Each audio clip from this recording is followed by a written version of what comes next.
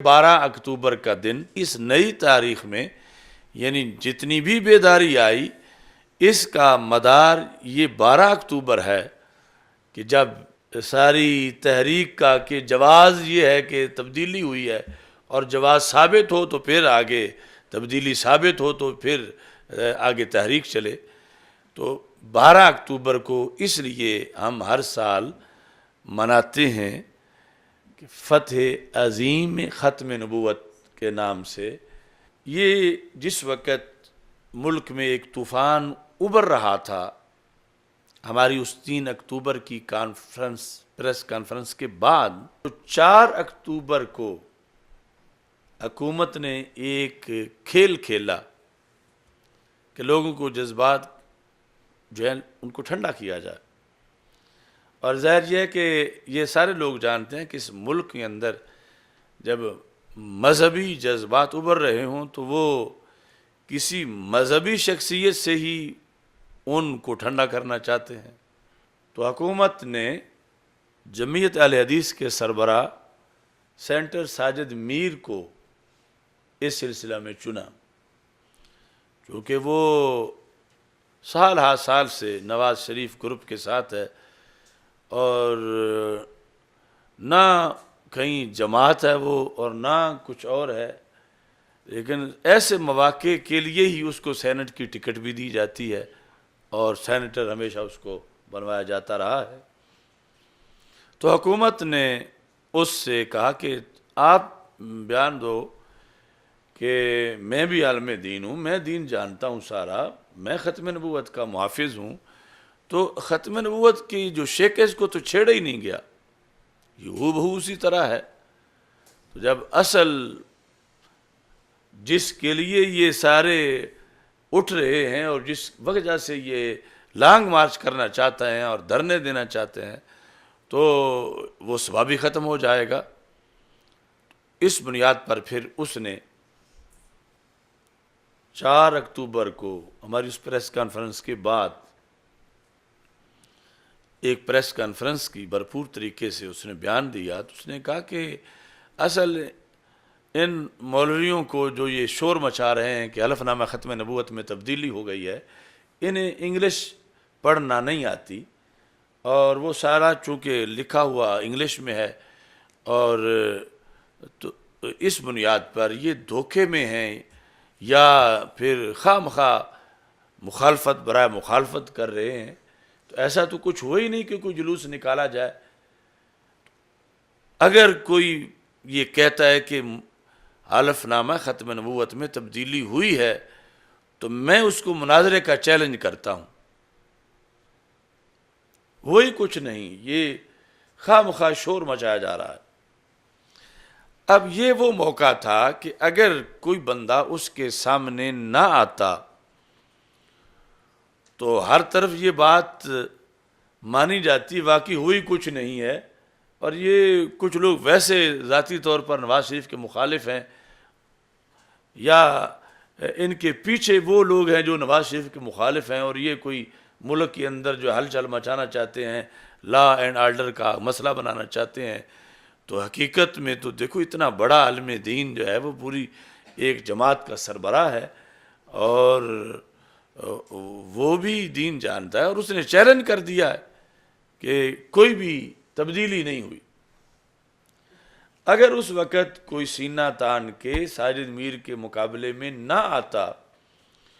تو یہ جو ملک کے کونے کونے تک تاجدار ختم نبوت زندہ باد زندہ باد زندہ باد کے نعرے پہنچے اور ایک بیداری آئی، بظاہر اس کا رستہ ہی بند ہو جاتا۔ اللہ تو قادر مطلق ہے، لیکن جس بیس پہ یہ سب کچھ، پہلے ہمارا دھرنا ڈی چوک میں، پھر فیض آباد کا دھرنا، اور پھر سارے بعد کے معاملات، وہ تو وہی تب کہ مقصد جب یہ تھا کہ گڑبڑ ہوئی ہے، حلف نامہ ختم نبوت میں تبدیلی ہوئی ہے اور حملہ ہوا ہے، اور جب اتنے دھڑلے کے ساتھ ایک بندہ، پھر حکومت تھی چونکہ انہوں نے سارے چینلوں پہ چلوایا اور اخبارات میں آیا کہ حلف نامہ ختم نبوت کو چھیڑا ہی نہیں گیا، بس باقی طریقہ کار میں کچھ جو ہے وہ تبدیلی کی گئی ہے، وہ اسی طرح ہی ہے۔ اسے یہی تھا کہ اب ان جھاڑیوں کے نیچے کون سا کوئی شیر سویا ہوا ہوگا اور سارا سناٹا ہے، لیکن اسے یہ پتہ نہیں تھا کہ شاید کہ پلنگ خفتہ است۔ تو وہ اس کا جو ہی چیلنج اخبارات میں چھپا تو میں اسی دن میں نے وہ چیلنج قبول کر لیا۔ آج نوائے وقت میں جو چھپا ہے جمعیت اہل حدیث کے سربراہ اور نون لیگ کے اتحادی اور نون لیگ کے خیراتی سینیٹر ساجد میر کی طرف سے، کہ انہوں نے کہا ہے کہ یہ جو علماء ایسا کہہ رہے ہیں کہ تبدیلی ہوئی، یہ بدگمانیاں پھیلا رہے ہیں اور یہ گناہ کا کام کر رہے ہیں، انہوں نے کہا کہ میں چیلنج کرتا ہوں کہ مجھ سے مناظرہ کر لیں کہ اس میں کوئی تبدیلی نہیں ہوئی۔ تو میں آپ کہ اس میڈیا اور اس کیمرہ کی وساطت سے سینیٹر ساجد میر کے چیلنج کو قبول کرتا ہوں۔ وہ جس بھی چینل پہ چاہیں مجھ سے مناظرہ کریں، میں ثابت کروں گا کہ پارلیمنٹ میں 2 اکتوبر کو سیاہ ترین کرتوت کے نتیجے میں ختم نبوت کے لحاظ سے ترمیم کی گئی ہے اور ایمان پر بہت بڑا حملہ کیا گیا۔ میں ہر وقت اس مناظرے کے لیے تیار رہوں گا۔ میرا یہ چیلنج کہ میں ثابت کروں گا کہ حلف نامہ ختم نبوت پر حملہ ہوا ہے اور بہت بڑا خطرناک حملہ ہے، اور یہ پوری آئین کے خلاف سازش ہے، ملک کے خلاف سازش ہے، اور یہ میں نے اپنے کلپ کے ذریعے بھی اور اخبارات کے ذریعے اس کے چیلنج کو قبول کیا۔ اب جب چیلنج قبول ہو گیا تو اس کے ساتھ پھر ہم نے اس کی کمپین شروع کی کہ آگے اس بات کو بڑھانا کس طرح ہے۔ ہم نے جگہ کا تعین کیا کہ یہ لاہور پریس کلب کے سامنے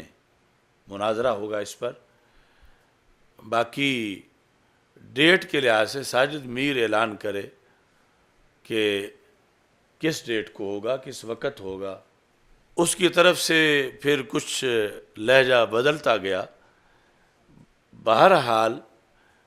یہ بھی پرنٹ میڈیا میں، اخبارات میں بالآخر باضابطہ چھپا کہ بالاتفاق ان کے طرف سے بھی میری طرف سے بھی یہ بیان، جب انہوں وہ بیان نہیں کر رہے تھے مناظرے کی تاریخ کا، تو ہم نے بیان اعلان کر دیا کہ پریس کلب کے سامنے 12 اکتوبر کو 5 بجے عصر کے وقت یہ مناظرہ شروع ہوگا، اور اس کو پھر انہوں نے بھی تسلیم کیا اپنے بیان کے اندر کہ ٹھیک ہے، یہی مناظرہ کی تاریخ ہے، یہی جگہ ہے اور یہی وقت ہے۔ لیکن ساتھ ساتھ ان کی طرف سے پوری مہم چلائی گئی کہ کسی طرح مناظرہ کینسل ہو جائے، چونکہ انہوں نے جھوٹ بولا ہوا تھا۔ اگر تو کہا جاتا ہے جس طرح کہ پنجابی میں لگ گیا تے تیر تے نہ لگ گیا تے تکا، کہ اگر کوئی مناظرے کا چیلنج جواب میں قبول ہی نہیں کرے گا تو دھاک بیٹھ جائے گی،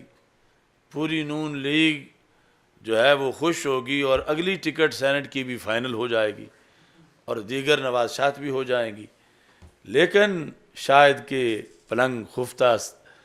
اس کے نتیجے میں اب ان کو لینے کے دینے پڑ گئے، کیونکہ ان کی حکومت تھی نون لیگ کی اور وہ اسے ذلیل نہیں کروانا چاہتے تھے کہ اگر مناظرہ ہوا اور پھر یہ ہارا اور تو یہ بھی ذلیل ہوگا، ہم بھی ذلیل ہوں گے۔ بالآخر انہوں نے یہ اتنا مطلب یہ بات چلی کہ دور دراز سے لوگ جو ہیں وہ مناظرہ سننے کے لیے انہوں نے تیاریاں شروع کر دیں، اور ایجنسیوں نے رپورٹ دی حکومت کو کہ یہاں تو کوئی بہت بڑا اجتماع متوقع ہے، کہ لوگ اس حد تک، یعنی ایک تو ویسے لفظ مناظرہ میں بڑی اٹریکشن ہے، اور پھر یہ ہے کہ مسئلہ ختم نبوت پر ہے، اور تیسرا وہابیوں کے خلاف بھی ہے، تو کئی شکار ایک تیر کے ساتھ ہوں گے۔ تو اس بنیاد پر اسے کسی طرح جو ہے وہ روکا جائے۔ تو ایک رات پہلے پھر حکومت نے دفعہ 144 نافذ کر دی اور بار بار چینلوں پہ چلا کہ پورے پنجاب میں کوئی پروگرام نہیں ہو سکتا، بالخصوص لاہور میں کوئی مناظرہ نہیں ہو سکتا. یعنی یہ لفظ مناظرہ بار بار جو ہے وہ دہرایا جانے لگا. تو جس وقت یہ ہو گیا تو میں نے پھر اپنے بیان میں کہا کہ خواہ دفعہ 144 ہو یا 148 ہو، عقیدہ ختم نبوت جو ہے اس کے لحاظ سے ہم تو ہر حال میں پہنچیں گے کہ یہ اعلان ہو چکا ہے. پھر مجھ سے اعلیٰ سطح سے رابطہ کیا گیا کہ آپ دیکھیں کہ لڑائی ہو جائے گی وہاں پر اور حالات بڑے ہی گمبھیر ہو گئے ہیں، کشیدہ ہیں، بہت سے لوگوں کے لاشیں اٹھیں گے، تو آپ اس کو ملتوی کر دیں. آخری رات میں نے جب کہ دفعہ 44 لگ چکی تھی تو میں نے کہا کہ اس کا حل موجود ہے. جو آپ کہتے ہیں کہ عوامی رش ہوگا اور تو بہت زیادہ مسائل بنیں گے، تو عوامی رش نہ ہو اور مناظرہ ہو کہ کسی بھی ٹی وی پر بیٹھ کر لائیو مناظرہ کیا جائے اور لوگ اپنے اپنے گھروں میں سنیں، مناظرہ بھی ہو جائے، رش بھی نہ ہو. جو آپ کو امن عامہ کا خطرہ ہے تو وہ خطرہ بھی نہیں ہوگا، اور جو ایک بات طے شدہ ہے اور ضروری ہے کہ اب پوری قوم جو ہے وہ اس اضطراب اور تشویش میں ہے کہ حملہ کیوں ہوا اور اس کو صحیح کیا جائے. اور ادھر سے وہ بما سفید داڑھی کے ایک سینیٹر صاحب جو ہیں وہ کہتے ہیں کہ وہی کچھ نہیں، تو یہ فیصلہ بھی ہو جائے اور ساتھ کوئی مسئلہ بھی انتظامی طور پر نہ بنے. تو انہوں نے کہا کہ اگر ایسا ہو تو آپ اس کو اگر اس ڈیٹ پر نہ ہو سکے اگلی کسی ڈیٹ پر یہ ٹی وی پر رکھا جائے تو آپ اعلان کر دیں گے کہ یہ ملتوی ہو گیا ہے. تو میں نے ان کو کہا کہ آپ پہلے کسی ٹی وی چینل پر یہ خبر چلوائیں اور وہ ٹی وی چینل ذمہ داری لے کہ جو 12 اکتوبر کو مناظرہ ہونا تھا اب فلاں ٹی وی پر فلاں تاریخ کو مناظرہ ہوگا. تو اس کے بعد میں اپنا اعلان واپس لوں گا، اور اگر ایسا نہیں ہوتا تو اس کے بغیر تو میں ملتوی نہیں کروں گا، بلکہ ہماری مکمل تیاری ہے اور انشاءاللہ ہم وقت معین پر وہاں پہنچیں گے. یہ رات یعنی 1-2 بجے تک یہ بات ہوتی رہی. تو بہرحال ان کا چونکہ مقصد محض مناظرہ بند کرنا تھا، کروانا نہیں تھا، اور حالات کا بہانہ بنا رہے تھے، تو انہوں نے پھر رات سے ہی ہمیں روکنے کی تیاریاں شروع کر دی. اور ادھر پریس کلب جو ہے شملہ پہاڑی اس کے ارد گرد نفری کھڑی کر دی. ادھر میں ابھی صبح بخاری شریف کا سبق پڑھا ہی رہا تھا کہ پورا مرکز جو ہے اس کا محاصرہ ہو چکا تھا، مرکز سے لے کر نہر تک اور سارا ارد گرد جتنا ایریا ہے یہ پولیس کے شیر دل نوجوانوں سے بھر چکا تھا. اتنی بسیں اور اتنی گاڑیاں آ چکی تھیں. تو بہرحال ہمیں بھی چونکہ اپنے اکابر سے خاص تعلق رہا ہے تو یہ تھا کہ اب اگر نہ پہنچے وہاں پہ اور درمیان میں بے شک حکومت کہتی رہے کہ ہم نے روکا ہے، ہم نے گرفتار کر لیا ہے، ہم نے نہیں آنے دیا، مگر وابیوں نے تو یہ کہنا ہے کہ دیکھو بھاگ گئے ہیں، شکست کھا گئے ہیں، اور ادھر قادیانیوں نے پھر بغلے بجانی ہیں. تو ہم نے بھی ایک طریقہ اختیار کیا، تو اس کے مطابق جو ہے وہ ایک بڑی سی چادر اوڑھ کر رکشے میں بیٹھ کر ابھی 5 منٹ باقی تھے 5 بجنے میں، یعنی 5 بجے 12 اکتوبر 5 بجے شام مناظرہ شروع ہونا تھا، تو 5 منٹ پہلے ہی میں جہاں گاڑیوں پر تو سب پابندی تھی محاصرہ تھا اور اکا دکا رکشے گزر رہے تھے، تو میں اچانک رکشے سے باہر نکل کر وہاں رونما ہوا، اور ادھر ہم نے سب کو دعوت مرکز کی دی ہوئی تھی، اور 12 بجے سے یہاں ختم نبوت کانفرنس جاری تھی، اور اکثر یہی سوچا جا رہا تھا کہ وہ تو انہوں نے وہاں تقریر کرنی ہے، اب ادھر کس طرح آئیں گے، سب کو ادھر ہی بلا لیا ہے، اگر ادھر انہوں نے آنا ہوتا تو اپنے کارکنوں کو ادھر بھیجتے، یہاں تو کوئی بھی نہیں آیا۔ 5 منٹ پہلے وہاں نکلتا گیا اور میں نے تاجدار ختم نبوت صلی اللہ علیہ وسلم زندہ باد کا نعرہ لگایا، تو اچانک کارکن بھی نمودار ہو گئے۔ تو بہرحال ہم تھوڑے تھے، پولیس کہیں زیادہ تھی، تو میں نے پھر اللہ کے فضل سے وہ بھی سب ویڈیوز موجود ہیں کہ وہاں گفتگو بھی کی، حلف نامہ ختم نبوت کے لحاظ سے بھی اور رانا ثنا کے لحاظ سے بھی، اور یہ دکھایا کہ یہ آج 12 اکتوبر ہے اور یہ 5 بجے کا ٹائم ہے اور یہ لاہور پریس کلب ہے، مگر ساجد میر نامی حیوان یہاں کوئی نظر نہیں آ رہا۔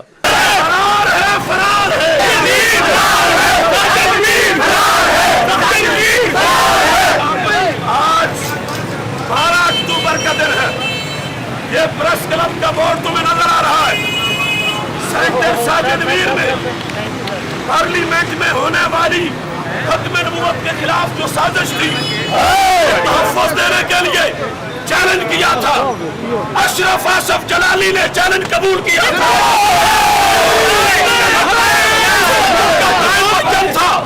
دکھاؤ کہاں ہے ساجد میر، اس کو کھاگی زمین، اس سینٹ کی ٹکٹ پر ایمان بیچنے والا کہاں ہے ساجد میر؟ بتاؤ، سینٹ کی ٹکٹ اور ہوتی ہے اور جنت کی ٹکٹ اور ہوتی ہے۔ پھر پولیس ہم پہ جھپٹ پڑی دائیں بائیں ہر طرف سے، تو ہم نے کہا کہ اس گرفتاری کا تو کوئی مسئلہ نہیں ہے۔ جب ہمارے کارکن پھر بہت یعنی جوش میں آ رہے تھے، تو میں نے کہا کہ کارکنوں کو آپ کچھ نہ کہیں، صرف میری ایک شرط پوری کریں۔ میں نے ہاتھ بلند کیا کہ آپ مجھے کڑی پہنائیں اور پھر مجھے بٹھائیں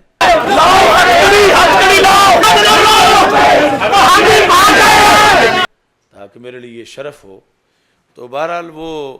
جو بڑے افسران تھے ان کے وہ شرمندہ بھی تھے، تو کڑی پہنانے سے انہوں نے انکار کر دیا۔ تو اس طرح کر کے پھر ہمیں گرفتار کیا گیا، مختلف گاڑیوں میں بٹھایا گیا اور تھانہ کوتوالی میں پہنچایا گیا۔